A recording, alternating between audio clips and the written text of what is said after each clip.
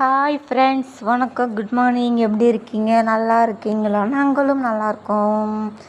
Like பண்ணுங்கள், support பண்ணுங்கள் friends. இப்போ நம்ம வீட்டில் செடி பார்க்கலாம். பாருங்கள், ரோஜா செடி. இது காஷ்மீர் ரோஸ். கொத்து கொத்தாக பூத்துருக்கு. ஆனால் நான் தான் பறிக்கலை. சரி, இன்றைக்கி பறித்தாதான் மறுபடியும் மொட்டு விடும்ன்ட்டு பறிக்க வந்திருக்கேன். இது பன்னீர் ரோஸ். ஏற்கனவே 2 பறித்தேன், மறுபடியும் 2 பூத்துருக்கு. பாருங்கள், மல்லி செடி பாருங்கள். ஒரு சின்ன கலையிலே எனக்கு 10 மொட்டு வந்துருச்சுங்க. பாருங்கள், எல்லாத்துலேயும் 10 மொட்டாக இருந்து நான் 2 டைம் பறிச்சிட்டேன். இது 3ஆவது டைம் பறிக்கிறேன். குட்டியோண்டு செடி தான். அப்புறம் பாருங்கள், எங்கள் வீட்டில் சப்போட்டா. இது சப்போட்டா எனக்கு போத்தீஸில் கொடுத்தாங்க. ஃபஸ்ட்டு வாடி போயிடுச்சு. சரி, இது தழுக்குமா இல்லைன்னு தெரிலன்னு பாருங்கள் உடச்சி விட்ருக்கேன். பாருங்கள், அப்படி உடச்சி விட்டேன். மறுபடியும் தழுத்து மொட்டு வந்துருந்துச்சு. இது காய்க்குமான்னு தெரில, பார்க்கலாம். எல்லாத்துலேயும் 3-2 விட்டுருக்குறாங்க. மொத்தம் 6-7-8 மொட்டு இருக்குது. என்னென்னா பக்கெட்டில் கூட நான் வைக்கல. அதை சின்ன கவரில் தான் இருக்குது. நான் அப்படியே வாங்கிட்டு வந்து அப்படியே வச்சது தான்.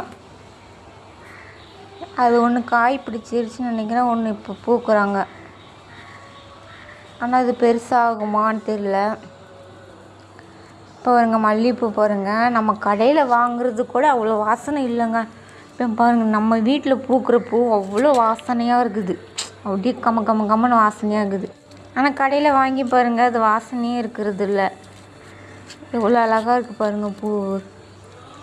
இது நாம் நம்ம மண்ணில் வச்சு நல்லா தண்ணி ஊற்றினோன்னா நல்லா இதோட அதிகமாக பூக்குங்க. என் கையினா அப்படியே வாசனை வருது. அப்படியே பாருங்கள், இது காஷ்மீர் ரோஸ். பூத்து 1 வாரம் ஆயிடுச்சு. நான் பறிக்கலை. பூத்து 2 நாளில் பறித்தா தான் அடிக்கடி நம்மளுக்கு மறுபடியும் தழுத்து நிறைய மொட்டுக்கள் வரும். அப்படி விடக்கூடாது. இந்த வெயிலுக்கு மொட்டெல்லாம் கருகி போன மாதிரி இருக்குதுங்க. பூவும் பாருங்கள், அப்படியே பூக்கிறது சுமாராக தான் பூக்குது. நல்லா சத்தாக நல்லா டார்க்காக பூக்கலை. நான் பறித்து 1 வாரம் ஆயிடுச்சு. பூனாலும் அப்படி தான் இருக்கும். இப்போ பாருங்கள், பன்னீர் ரோஸுங்க. ஏற்கனவே அந்த கொப்பில் 2 பறிச்சிருந்தேன், மறுபடியும் 2 பூத்துருக்கு. அவ்வளோ வாசனைங்க பன்னீர் ரோஸ்.